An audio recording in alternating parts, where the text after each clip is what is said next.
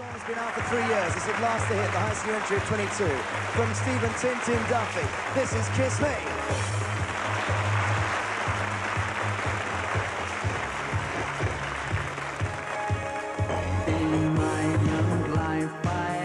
I knew I wanted to be in music. I would play with my brother in folk clubs. So I went to art college, and as I was walking in, there were two guys ahead of me, and one of them I knew had been in a band called Dada, and the other guy was John Taylor.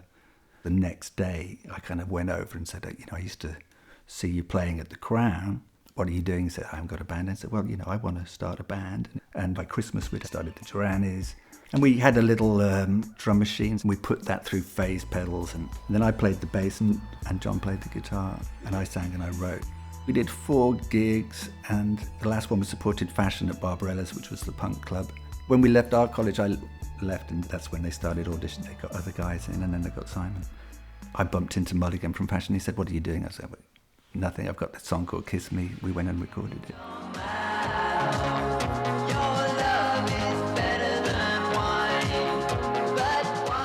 And I put Tintin on the box, and I don't really know why, apart from it kind of sounded like the tin drum, I don't know, and the record got to 132. Seymour Stein heard it, liked it, signed me to Sire, did a remix with Francois Kevorkian, and it got to number 3 in the Billboard dance charts. I was flown to the Danceteria, met Madonna, we were supposed to do something. She said, I don't think you understand, I'm going to be somebody and you're just this sort of snot from Birmingham.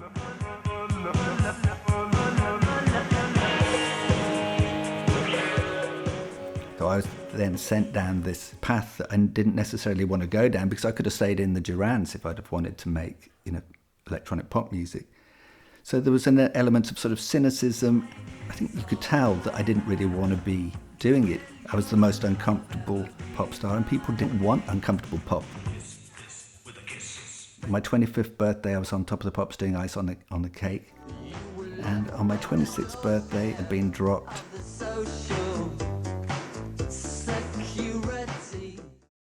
So I went and made half of the first Lilac Time album, and they dropped me as quickly as you wouldn't believe how quickly I was out the door.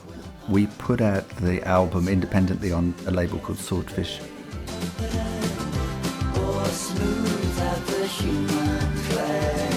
There's a lot of it almost happening. In fact, Paradise Circus got to number 10 in the American modern rock charts, which was then called College Alternative. It was kind of a bit dispiriting when it didn't happen. Alan McGee became our manager, but I was already sliding into sort of depression, and that was kind of like an unfinished record, and I think that's a lesson I should have learned earlier.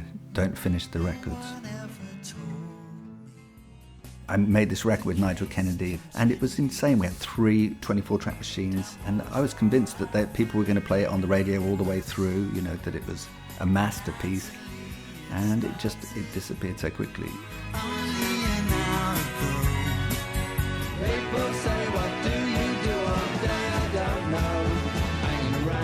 Just by living in Camden, I became part of the britpop feather.